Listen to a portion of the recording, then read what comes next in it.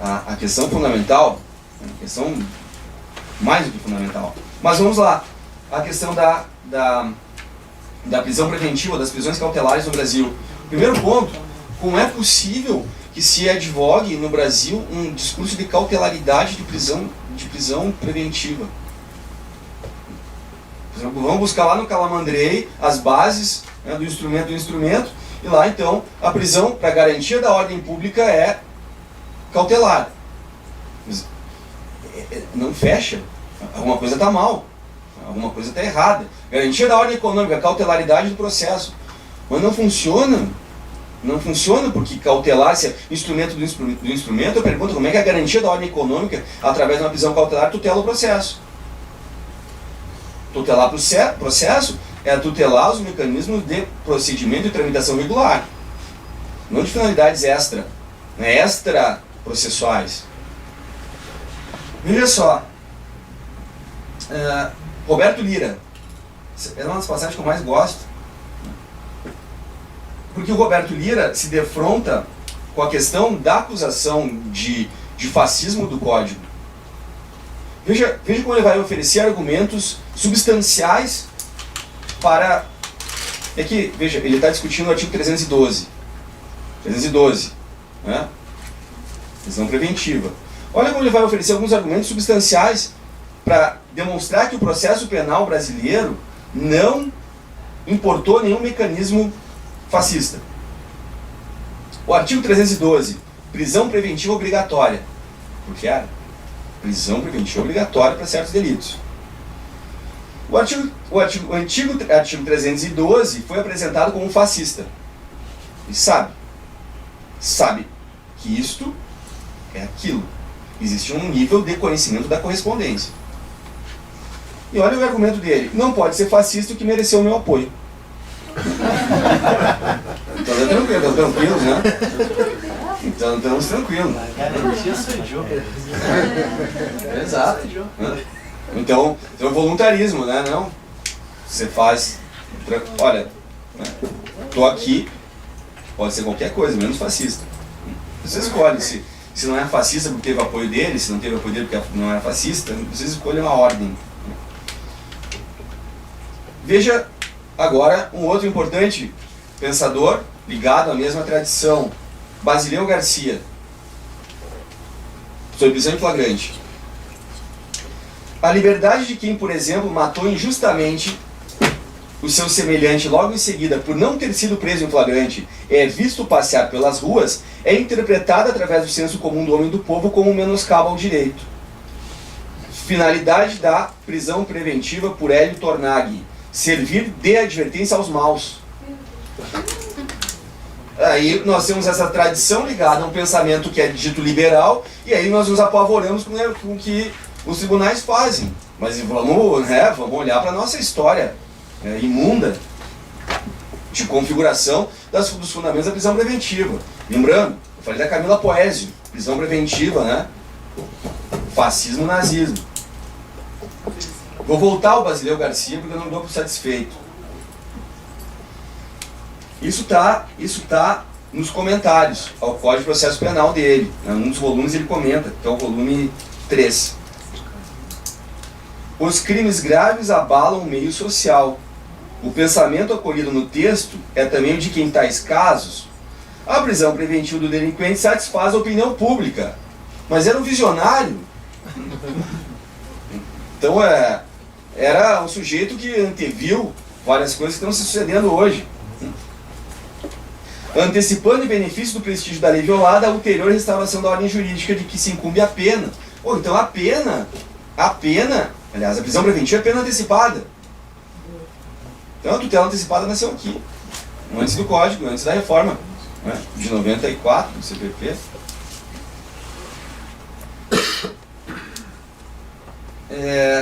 Bom, enfim, Basileu Garcia, na história, no âmago dos nossos grandes processualistas. Veja que agora, então, vou pegar um termo emprestado do Ehring, uma jurisprudência menor, autores menos conhecidos. Prisão preventiva, segundo o Eribaldo Rebelo, que é um autor que vai ter texto, um manual de direito judiciário penal, que foi conhecido no seu momento, né? Olha o que ele diz, para que serve a prisão preventiva? Como medida de segurança. É o primeiro honesto aqui. Porque é isso. Você vai dizer assim, mas onde é que tirou isso? Simples. Pergunta. Quando o sujeito é inimputável, afirma que o sujeito é inimputável, você afirma que não há culpabilidade. Qual é o critério de medida de segurança? Periculosidade. Que é quem inventa a periculosidade, os positivistas. A periculosidade é critério de medida de segurança. Olha só, se então eu tenho um critério de medida de segurança, esse aqui é o que a gente trabalha, eu pergunto a vocês, como é que a gente tem trabalhado no Brasil durante largo tempo com a prisão preventiva? Qual é o critério que se define? O sujeito é perigoso, revela uma periculosidade ou temibilidade social. Então, periculosidade salta das medidas de segurança para a prisão preventiva. Por que salta para a prisão preventiva? Porque não pode ser cautelar. Mas é muito simples, é uma medida de segurança.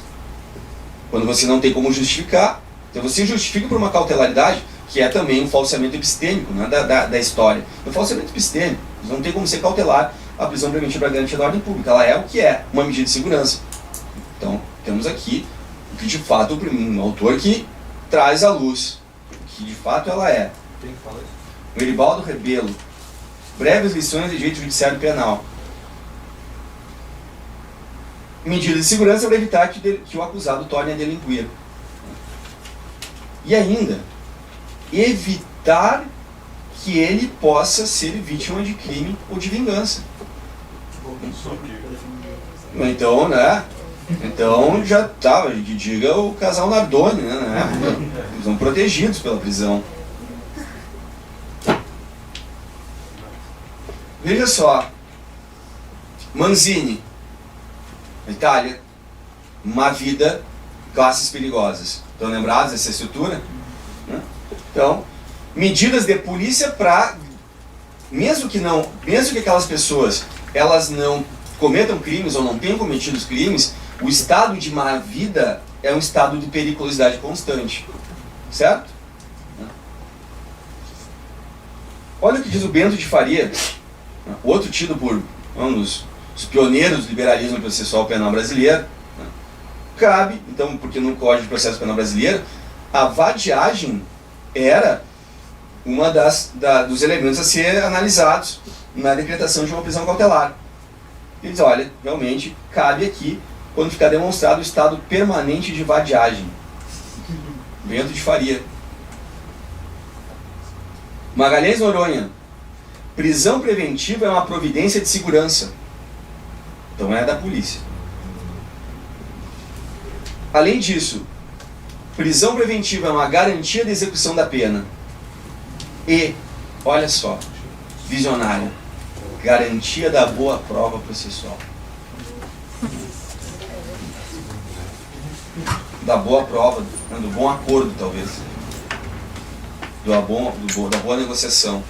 Então, olha, eu estou trazendo aqui autores que são, de novo, autores vinculados ao discurso de um liberalismo que não é um liberalismo autoritário. Terceira estrutura, princípio da liberdade das provas. Veja o que um autor como Orlando Soares fala sobre prova. No juízo penal, não há restrições à prova. Ottorino Vanini, um dos clássicos do fascismo italiano. No direito processual penal, não há limitação nos meios de prova. Alguma dúvida sobre a assimetria entre os pensamentos? Veja lá, Hélio Tornaghi. Precisamos, ele vai dizer assim, que alimenta o princípio da liberdade da prova corresponde à existência dos poderes instrutórios do juiz, que não pode ser um mero espectador. O juiz não é um mero espectador. Discurso que será repristinado por toda a questão da instrumentalidade do processo. Olhem a obra do senhor Dinamarco lá sobre o juiz espectador, sobre os poderes instrutórios do juiz, tese do Bedak. Não admitamos juízes espectadores. Aqui está na base da construção de uma promessa de ativismo judicial. Então temos lá adiante, lá atrás todo o germe dessa construção, de uma concepção publicística e social. Veja lá o que diz, então, o Edibaldo Rebelo, de novo. O indúbio pro réu não deve ser pronunciado enquanto o juiz não esgote os meios probatórios. Então, como assim? Então, na dúvida, procure mais prova. Na dúvida, você tem que, né, ser mais diligente. Não o juiz espectador aqui. Princípio da liberdade das provas que está associado umbilicalmente, verdade real e livre convencimento, que é o que eu vou falar agora, no item número 4. Agora vamos uma das questões que eu gosto de trazer à tona, porque é muito revelador isso, né? Atenção com os arautos que o livre convencimento é alguma coisa de expressão democrática, essencialmente democrática, que vem com a Constituição. A Constituição determina que o cara tem que fundamentar, isso é uma garantia. Fundamentação é garantia. Dali a livre convencimento vai um oceano de diferença. Eu tenho que fundamentar, mas tu não precisa decidir de maneira livre. São coisas completamente diferentes. Obrigação de fundamentar é a obrigação de você dar a rastreabilidade dos procedimentos pelos quais você chegou a uma conclusão. Agora, que você possa decidir como quiser é outra coisa. Você não pode decidir como quiser. Isso aqui não é um ato de voluntarismo, em que você escolhe uma determinada tese ou hipótese porque você tem plena liberdade de escolher aquela que melhor apareça no contexto. Mas vamos lá. Um autor chamado Raul Machado, Delitos contra a Ordem Política e Social, 1944. Raul Machado foi um juiz do Tribunal de Segurança Nacional. Saudoso. O Tribunal de Segurança Nacional foi criado em 1936, né, para garantir que nós sobrevivêssemos aos atentados anarquistas. Raul Machado, como era juiz lá, ele vai falar sobre livre convencimento motivado, ou o que ele chama de livre convicção. Abre aspas. O julgamento por livre convicção já saiu da esfera da justiça especial para invadir igualmente ou com bom êxito a justiça comum, transformada em faculdade de decidir por livre conhecimento das provas. No Brasil, se implementou primeiramente o livre convencimento do Tribunal de Segurança Nacional, para depois ir para o processo. Então, veja, se isso funcionou de maneira muito clara no Tribunal de Segurança Nacional, a pergunta, mas veio com a Constituição. Tem vários autores que dizem isso. Não é possível. Livre convencimento vem para legitimar uma decisão que pode ser uma decisão sem elementos substanciais algum. Veja como ele explica. A lei quis apenas conferir ao juiz a faculdade de decidir conforme seu conhecimento alicerçado em qualquer das provas. Juiz do Tribunal de Segurança Nacional. Vamos agora avançar, então, para um sujeito democrático, porque escreve em plena democracia, chamado Torim Filho. O juiz, em face das provas existentes nos autos, tem inteira liberdade na sua apreciação. Pode desprezar o depoimento de 4 testemunhas, por exemplo, e respaldar sua decisão no único depoimento. Esse é o princípio do livre convencimento. Eu prefiro provas legais. Eu prefiro voltar para a Inquisição. Tem que tentar confessar sobre tortura. É melhor do que você poder decidir. Tem 10 provas, 10 testemunhas, não foi ele, mas o policial disse que foi. Eu posso desprezar, isso é liberdade das provas. Veja só como se constitui. Veja, a penetração de um discurso que se constituiu em pleno fascismo, penetra pelo Tribunal de Segurança Nacional e vem para um processo penal pseudo acoplado à Constituição. Nelson Hungria, num artigo chamado A Liberdade dos Meios de Prova, publicado nos arquivos do Ministério da Justiça e Negócios Interiores. Um dos corolários do livre convencimento, nítida e definitivamente adotado pela nossa vigente legislação processual penal, é a livre admissão dos meios da prova. Liberdade da prova. Livre convencimento. Roberto Lira.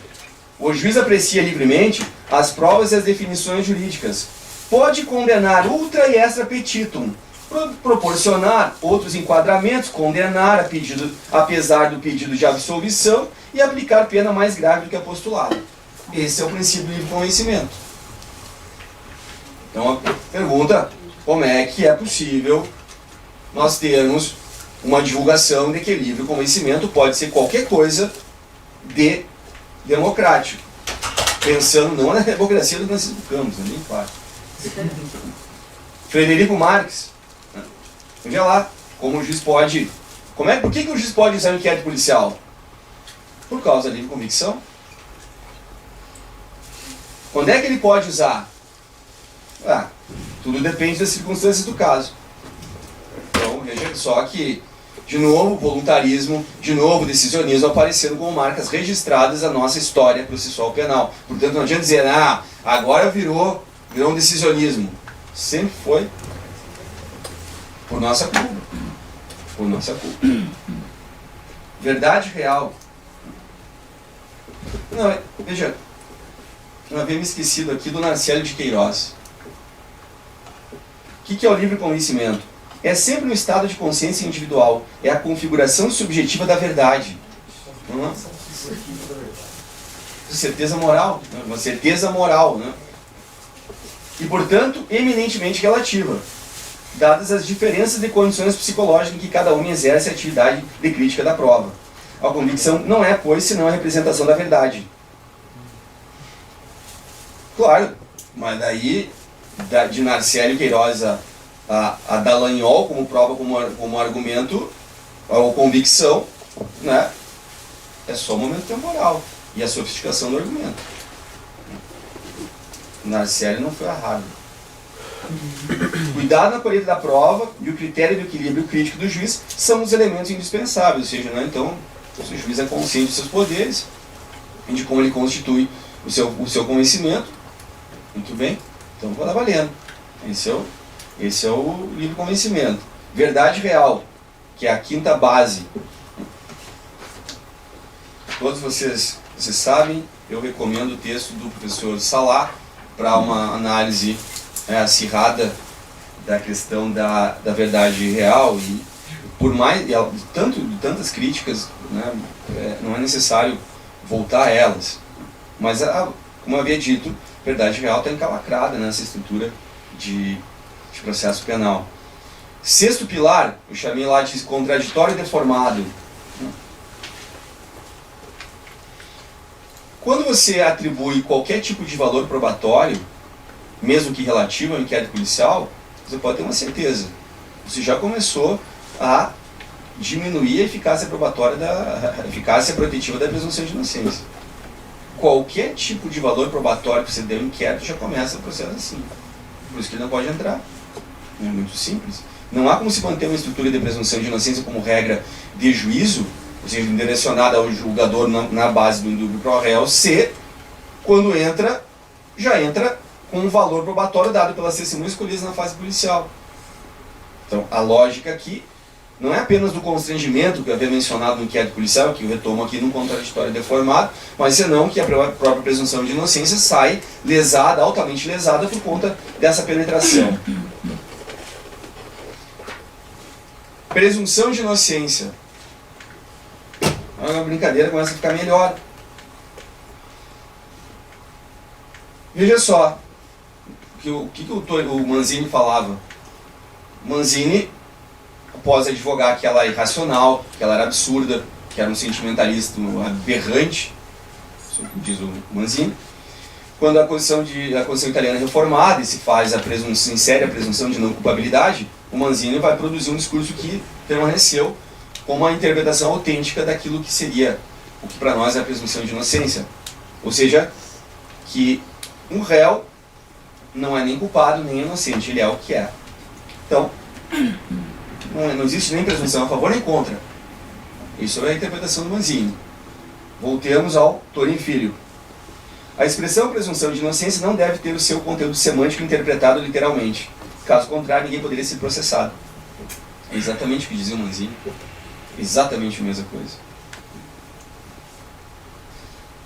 L. Tornaghi. Admitida a presunção de inocência, ficariam sem explicação e seriam até incoerentes as providências coercitivas, quer contra a pessoa do réu, quer contra as coisas a ele pertencentes. Então não pode ter presunção de inocência no processo penal. Borges da Rosa, um autor utilizado ainda hoje para justificar nulidades pelo STF. O indiciado não deve ser presumido inocente nem culpado, ele é o que é. É réu. Tornaghi, a verdade nessa matéria é que só o confronto com o que no passado normalmente aconteceu pode levar a uma presunção para o contra. É a mesma ideia de construção, de ativação do discurso manziniano. Tornaghi, portanto, a norma indúbio pro réu não acarreta a presunção de inocência durante o processo, mas somente a partir da sentença absolutória, por falta de prova suficiente para condenação. Claro, depois o cara absolvido é inocente, mas não precisa dizer isso. É o que diz de novo Tornaghi, citando aqui, parafraseando Henrico Ferri: seria ingênua a adoção da presunção de inocência para acusados presos em flagrante ou ainda para um homicida que já fora condenado por crime anterior. Não, a presunção de inocência é a penetração do tecnicismo. Mas vamos adiante, o Tornaghi é um cara insistente com a presunção de inocência. De novo ele: o natural e o razoável, que em certas circunstâncias se presume a responsabilidade, o dolo, a negligência, pois presumir aceitar um fato como verdadeiro, tendo em conta aquilo que geralmente acontece. Ora, de um acusado zelo e vezelo em furtar, o mais curial é presumir-se que furtou. Então, esse é o organizador do cientificismo processual penal brasileiro. Politicamente neutro. Para finalizar, presunção de inocência, Borges da Rosa, citando textualmente Manzini, especialmente falando aqui de como Manzini estava correto em torno da avaliação que ele faz sobre a presunção de inocência. Problema de novo, eles vão pegar, inclusive, autores mais críticos que vão numa mesma página, de Aurélio Lopes Júnior a Borges da Rosa, passando pelo Manzini e depois caindo ali pela esquerda com o Tornaghi. Veja, como é que é possível, gente? Que tipo de conhecimento é esse? Que se faz uma espécie de comistão, comistão intelectual. Você pega pedaços que lhe servem e vai montando. Publicidade dos atos. O Código de Processo Penal brasileiro determina que o juiz pode retirar a publicidade. Da mesma forma que, hoje, talvez mais acentuadamente, ele pode dar publicidade àquilo que é sigiloso. Nulidades absolutas. Veja lá o que diz o Francisco Campos. Projeto é infenso ao excessivo rigorismo formal que dá ensejo atualmente à infidável série das nulidades processuais. Segundo a justa advertência de ilustre processualista italiano, ele, na verdade, aqui, eu disse antes que era o Manzini, mas é o Rocco. Vou fazer minha culpa, é o Rocco. Um bom direito processual penal deve limitar as sanções de nulidade àquele estrito mínimo que não pode ser abstraído sem lesar legítimos e graves interesses do Estado e dos cidadãos. O projeto não deixa respiradouro para o frívolo curialismo que se compraz em espiolhar nulidades. É consagrado o princípio geral de que nenhuma nulidade ocorre se não há prejuízo para a acusação ou para a defesa.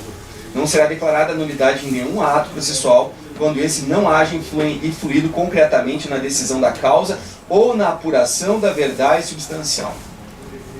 Uma verdade real é a condição para a decretação de nulidade também. Não só da livre convicção.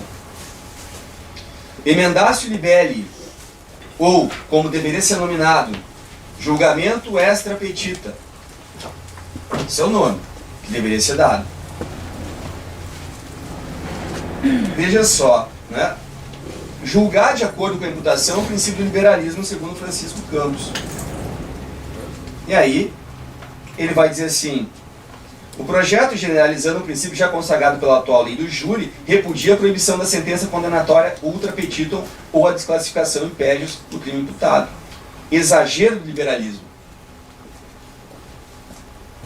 Então, primeiro, segundo Francisco Campos, emendatio libelli serve no 383 para superar o Instituto de Direito Privado, serve na tutela do interesse social e serve também para fundamentar a inexistência de um direito à pena determinada. Se você não tem direito à pena determinada, passando a ser indeterminada, a base de você é a medida de segurança, que é indeterminada. E por fim, um dos motivos aqui é o prejuízo ao bem social, bem comum. Edeobaldo Rebelo comentando esse instituto. Importante inovação encontramos ainda no que respeita ao abandono da proibição da sentença condenatória ultrapetita ou da desclassificação impédios, própria do direito privado. Borges da Rosa. Não é consagrada e restrita a proibição no julgamento ultrapetita, mas, segundo Frederico Marques, no sistema acusatório. Por fim, a última das estruturas aqui, que é a do ônus da prova. Ônus da prova. Artigo 156. O ônus da prova compete a aquele que alegar, né? Coisa do gênero. Então, se invoca uma excludente de ilicitude, ele deve provar. Se o réu alega uma excludente de culpabilidade, ele deve provar. Basta ao Ministério Público provar a tipicidade. Prova a tipicidade e o segundo, o réu é que vai ter que provar a excludente de ilicitude e de culpabilidade. Aparece aqui no Magalhães Noronha. Aparece no Torinho Filho, que é o princípio dominante do Código. Agora, veja só, como é que pode se configurar um ônus da prova quando a presunção é de culpabilidade? Eu acabei de citar aqui os autores. Começa de uma maneira desequilibrada. Vamos, claro, à mente brilhante dessa estrutura, Hélio Tornaghi. Para bem entender o artigo 156, que é o ônus da prova, é preciso ainda não esquecer que as presunções invertem o ônus da prova. Quando alguém mata outrem, o que se presume é que o fez injustamente. Por isso, é o que geralmente acontece, as presunções se baseiam em id quod pelunc acidi. É o sentido da presunção do dolo, da presunção de culpa, a defesa do Tornaghi de um modelo do 156.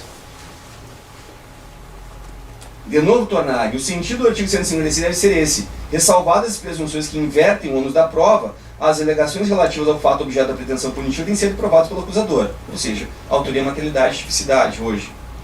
E as referentes a fatos impeditivos ou instintivos devem ser provadas pelo réu. Só tem um detalhe: qualquer um que leia como se constituiu a relação de tipicidade e ilicitude vai ser como ratio indiciária. Então, por isso é que a ilicitude e a culpabilidade vão ser provadas pelo acusado. E além disso ainda entra a ideia da prova negativa. Não pode fazer prova negativa, por isso é que tem que ser provada pelo réu. Bom, essa é a nossa estrutura. As justificações não são exatamente iguais às do modelo italiano, embora se compartilhem das mesmas consequências. É isso que eu tentei fazer ao longo de todas essas horas. Depois desse código, nós tivemos várias tentativas de reforma. 63, anteprojeto Tornaghi. Um anteprojeto em que a teoria da relação jurídica chega a ser definida nos códigos. 67, projeto Frederico Marques. Eu não vou tratar da estrutura aqui deles. Não vou tratar da estrutura. O chamado anteprojeto novíssimo, que foi uma tentativa de resgate do anteprojeto Frederico Marques, em 1980. 92, projeto Salve de Figueiredo Teixeira, que já não andou. 2000, que tramitou até 2008, um projeto que foi cindido, o projeto de reforma, nos dizem, né? Mas o projeto, encabeçado pela comissão da professorada Pellegrini Grinover, fatiou que era o projeto da reforma, com uma estratégia de aprovação. Já que não para aprovar um código novo, se aprovaram pequenas mudanças. E a leitura que se deve fazer disso é que, se essas são as mudanças, e elas foram implementadas em grande parte, portanto, aquilo que se manteve não estava em descompasso com a Constituição. Veja só, né? Esse período aqui vai trazer os seguintes projetos de lei: o 4203 de 2001, que modificava os crimes dolosos contra a vida.